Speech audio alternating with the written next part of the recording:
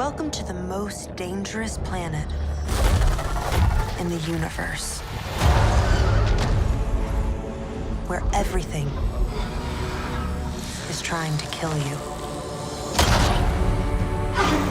I need a hand.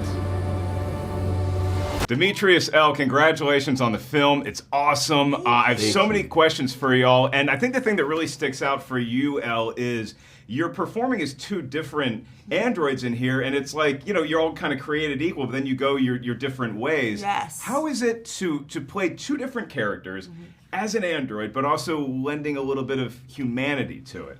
Totally. I think, you know, that's something that I was drawn to with the project. I was really excited by that challenge and to join, you know, the other kind of iconic synths that we've seen in the Alien universe. Such amazing actors have played them in the past, and I wanted to, I mean, Dan and I, we wanted to create some, you know, androids that we have never seen before. And, you know, specifically with Thia, I think she's quite a personality. You know, she's very spunky, she's very positive, she almost has this comedic edge, and that's very new and fresh for this franchise and this world. And yeah, she's both of them actually are the most like advanced androids we've seen, because it's the furthest into the future that the Alien universe has been, or the Predator universe has been. So that gave us some freedom to give them more human-like qualities, or have empathy and emotion in a different way.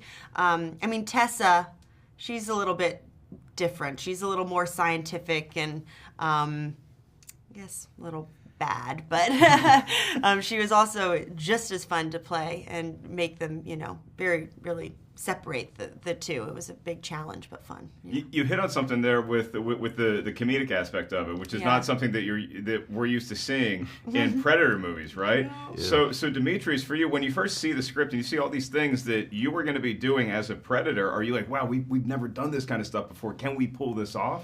Yeah, definitely, man. That was a thought that crossed my mind. Like, this is a stretch, you know, very, very different to what has already been established in the franchise, you know. And I think with anything new, you're always a bit hesitant, like, oh, is this gonna work? Is this not? But I think knowing that Dan was the one leading it, you know, and seeing what he was able to do with Prey, and the energy that he brings and the passion that he has for the franchise, you know, my first conversations with him literally wasn't even about the script. Like, it was about his knowledge of Predator lore and like how much he loves this franchise. So I was like, man, if a fan is making this, you know, like you can't go wrong. He's making a film that he wants to see, you know, that he loves. And yeah, seeing how invested he was, that is what sold me. I was like, okay, I think it can work. It's a lot.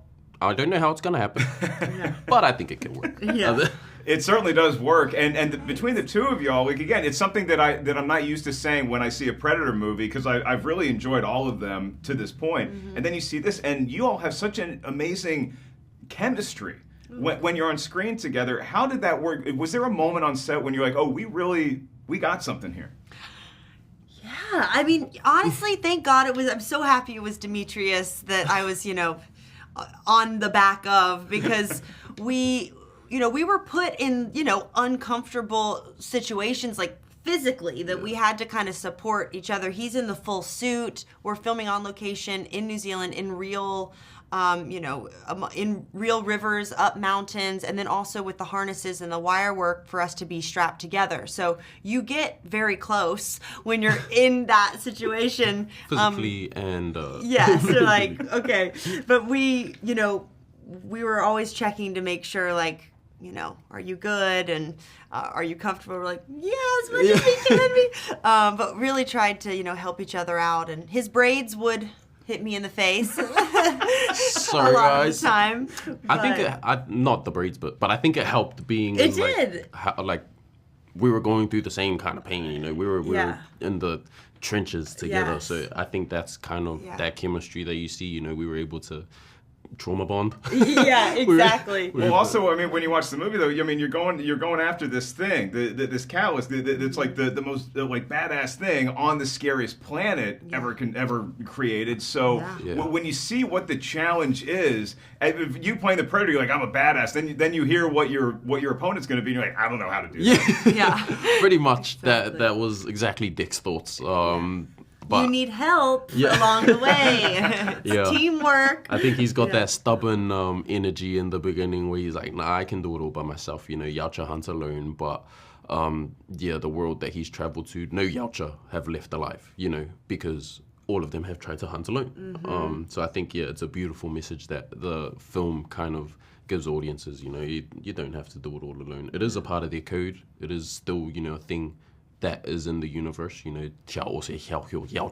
but for Dick's character, he's like, you know what, nah. I'm going to do things different I'm gonna from do the way my things my family own did. way. My family's trying to kill me, so that's not working. Exactly. So it's interesting hearing your talks with Dan and what a Predator superfan he was, and explaining some of the mythology to you. What was your conversation like with Dan as far as playing these synth characters and how you can make them more human than we've seen since in this world before? I mean, we had many conversations. I mean, also what makes Dan great is he's really collaborative and open to all your ideas, and he's such a cinephile like himself. He loves an iconic like movie moment and just knows how to make it epic, and was really open to hearing, what I had to say. I mean, I think for us it was also the rhythm of like, the movie's so much more, but an element of it is like a buddy comedy. So it's like to get that rhythm right, the cadence of hitting the jokes, but also not trying to be funny. It's just kind of inherently funny because of the situation that we're in.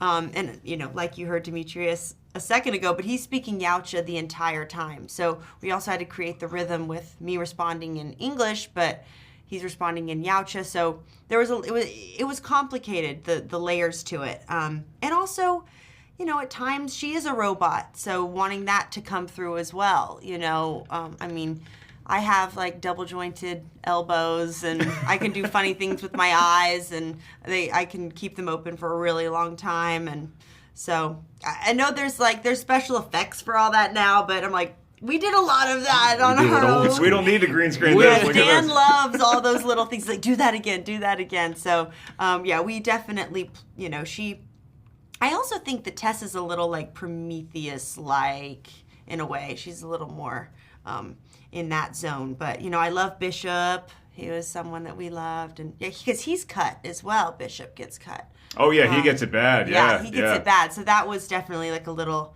inspo and a little Easter egg. Yeah.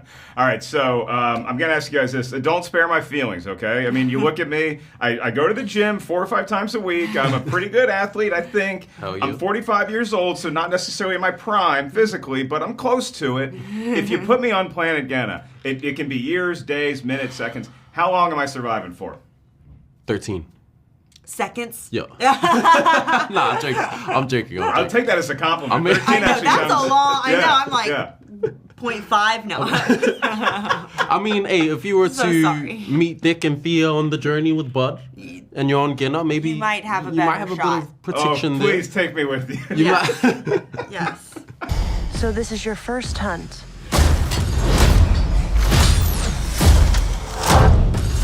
And you've come to the most dangerous planet in the universe.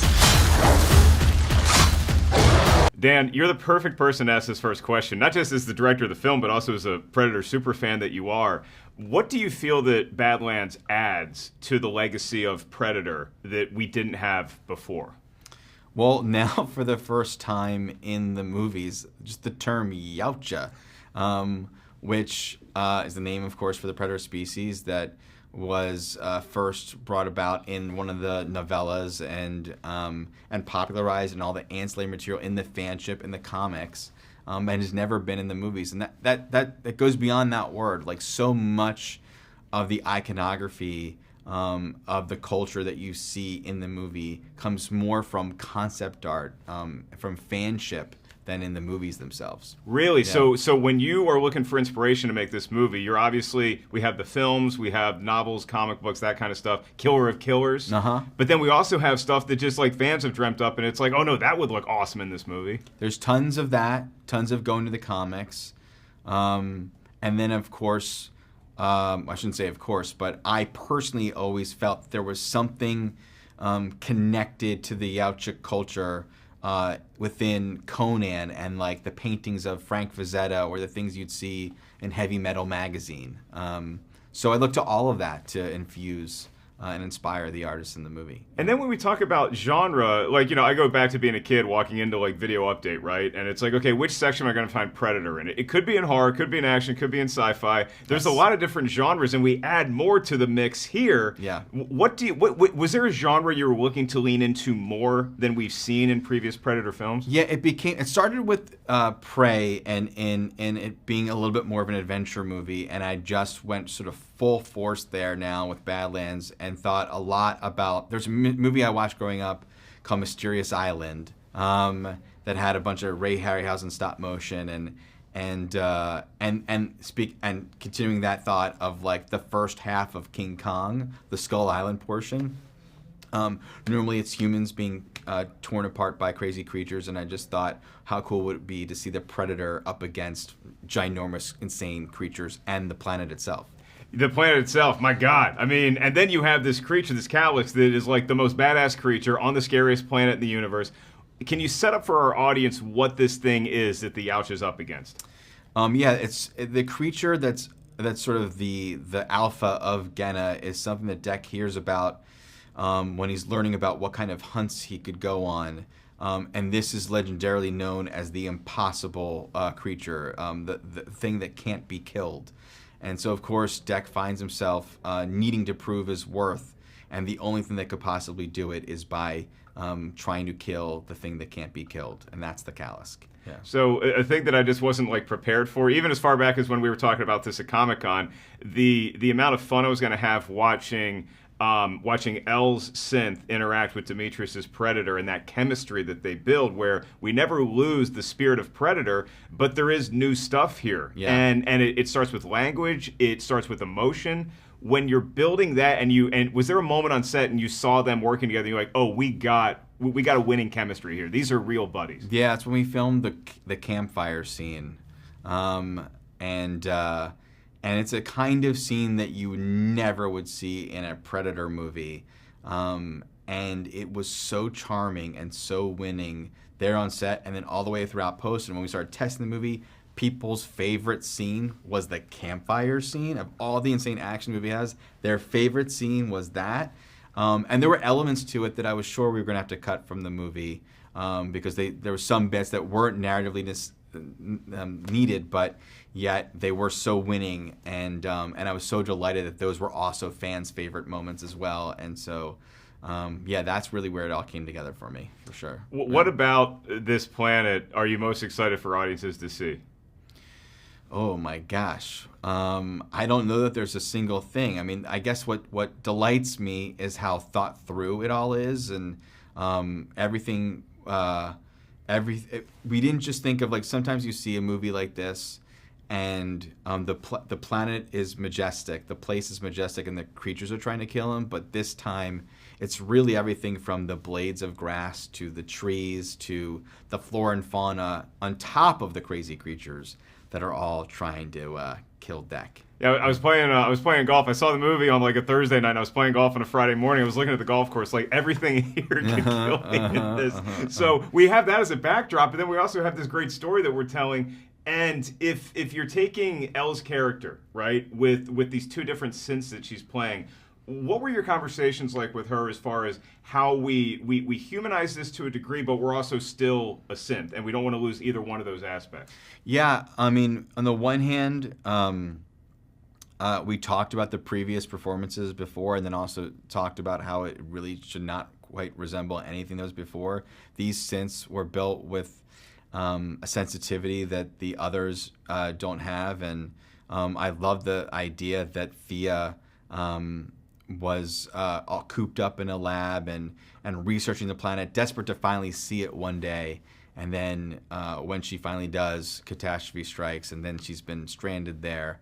And that would have shaped her personality, whilst the other Elle Fanning synth would not have gone through those experiences and would have started to see things a little bit differently.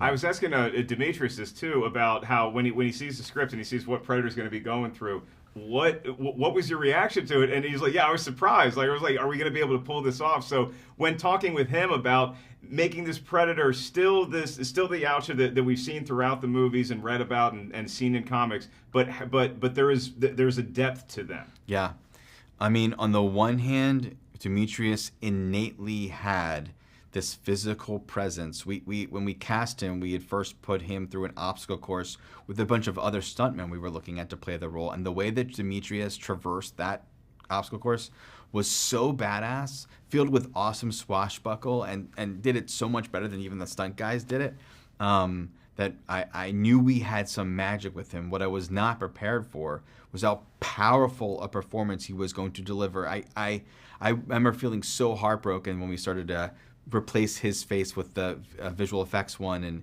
but thankfully we were able to find a way to still have it really be Dimitrius in there, I think as strong and fierce as he appears to be in the movie, the vulnerability comes from having to just move a little bit more. It's very subtle, but when you're that ferocious, I liken it to Conan or Mad Max, or the Clint Eastwood westerns. When you have someone that's that severe, you find yourselves rooting for them to just be a little less mean. And Dimitrius is just a tremendous actor. First time we've been able to really cast an actor first in the Predator franchise, because it's usually just whoever is strong enough and big enough to fit in the suits. So. Yeah, the movie's gift is Dimitrius. Yeah. Any chance we get this obstacle course like a Comic-Con next year, like fans can? Oh, I'd be up for it. Fun. How would I do? I mean, fun. Probably not great.